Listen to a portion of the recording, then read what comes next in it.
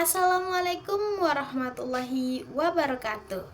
Halo semuanya, perkenalkan nama saya Iswatun Hasanah, NIM A1C02510021.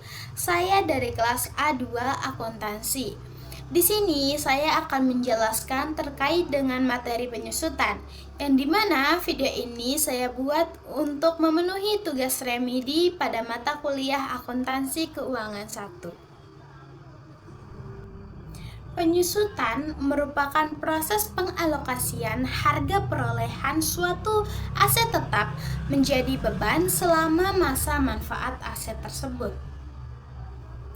Jadi, penyusutan bukan berarti aset tersebut benar-benar rusak atau hilang nilainya, melainkan ini adalah cara suatu perusahaan untuk membebankan biaya penggunaan aset secara bertahap pada setiap periode akuntansi.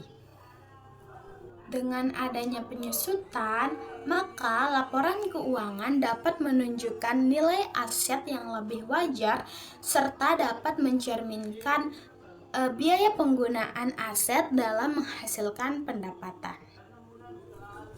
Suatu aset mengalami penyusutan dikarenakan oleh beberapa faktor. Yang pertama adalah adanya penggunaan aset tersebut secara terus-menerus, yang mana hal ini menyebabkan kemampuan aset tersebut dalam menghasilkan nilai ekonomi semakin mengurang. Yang kedua, kerusakan fisik akibat usia. Yang ketiga, perkembangan teknologi yang menyebabkan aset tersebut menjadi rusak. Selain itu, perubahan kondisi pasar maupun turunnya harga jual aset tersebut juga dapat menyebabkan nilai aset tersebut menurun. Selanjutnya ada faktor yang mempengaruhi penyusutan. Dalam menghitung penyusutan terdapat 3 faktor utama. Yang pertama adalah harga perolehan, yang dimana harga perolehan ini adalah keseluruhan biaya yang kita keluarkan untuk mendapatkan aset ini sampai aset ini dapat kita gunakan. Yang kedua adalah nilai residu, yaitu nilai sisa aset pada akhir umur manfaatnya. Dan yang ketiga adalah umur manfaat, yaitu jangka waktu atau jumlah produksi yang diperkirakan masih dapat dihasilkan oleh aset tersebut. Nah, jadi ketiga faktor tersebut menjadi dasar dalam menentukan besarnya beban penyusutan setiap periode. Kemudian, untuk menghitung penyusutan, kita bisa menggunakan beberapa metode. Umumnya metode yang digunakan itu ada 3. Yang pertama ada metode garis lurus, yaitu metode yang menghasilkan beban penyusutan yang sama setiap tahunnya. Yang kedua adalah metode aktivitas, yaitu metode yang menghitung penyusutan berdasarkan tingkat penggunaan aset, misalnya jumlah unit produksi atau jam kerja mesin. Dan yang ketiga adalah metode saldo menurun ganda, yaitu metode yang menghasilkan beban penyusutan lebih besar pada awal umur aset dan semakin kecil pada tahun-tahun berikutnya. Nah, pada presentasi kali ini saya akan memberikan contoh menggunakan metode garis lurus, karena metode ini merupakan metode yang paling sederhana dan juga paling sering digunakan. Contoh kasusnya adalah misalnya sebuah perusahaan membeli mesin dengan harga perolehan 120 juta.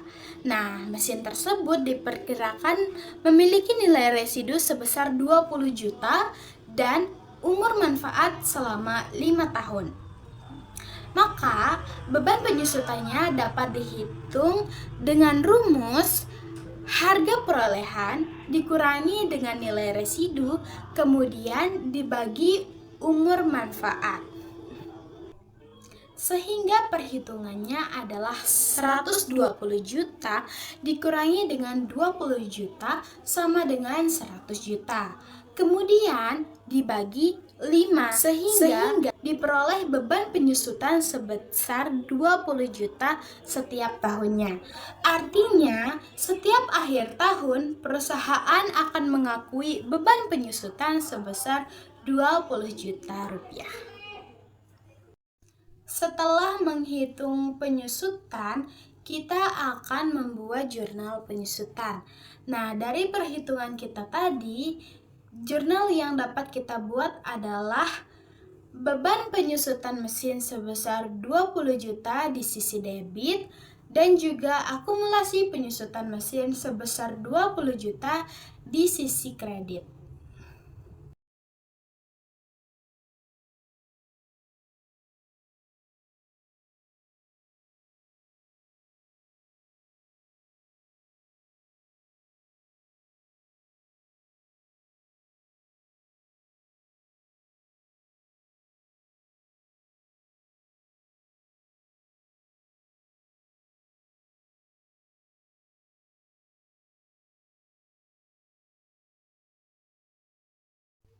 Beban penyusutan dicatat pada sisi debit karena merupakan beban yang akan mengurangi laba perusahaan. Sedangkan akumulasi penyusutan dicatat di sisi kredit karena merupakan akun kontra aset yang berfungsi mengurangi nilai buku aset tetap di laporan posisi keuangan. Berdasarkan presentasi saya dari awal hingga ke perhitungan tadi, dapat kita simpulkan bahwa penyusutan merupakan proses pengalokasian biaya aset tetap selama umur manfaatnya. Nah, yang dimana besarnya penyusutan ini dipengaruhi oleh harga perolehan, kemudian nilai residu, dan juga umur ekonomis dari aset tersebut. Dalam praktek akuntansi sendiri, terdapat beberapa metode penyusutan yang dapat kita gunakan. Yang pertama, ada metode garis lurus, kemudian ada metode aktivitas, dan juga metode saldo menurun ganda. Pemilihan metode yang tepat akan membantu perusahaan menyajikan laporan keuangan yang lebih akurat dan sesuai dengan kondisi penggunaan aset. Baiklah, mungkin hanya itu yang dapat saya sampaikan. Demikian presentasi yang dapat saya sampaikan. Terima kasih atas perhatiannya. Wassalamualaikum warahmatullahi wabarakatuh.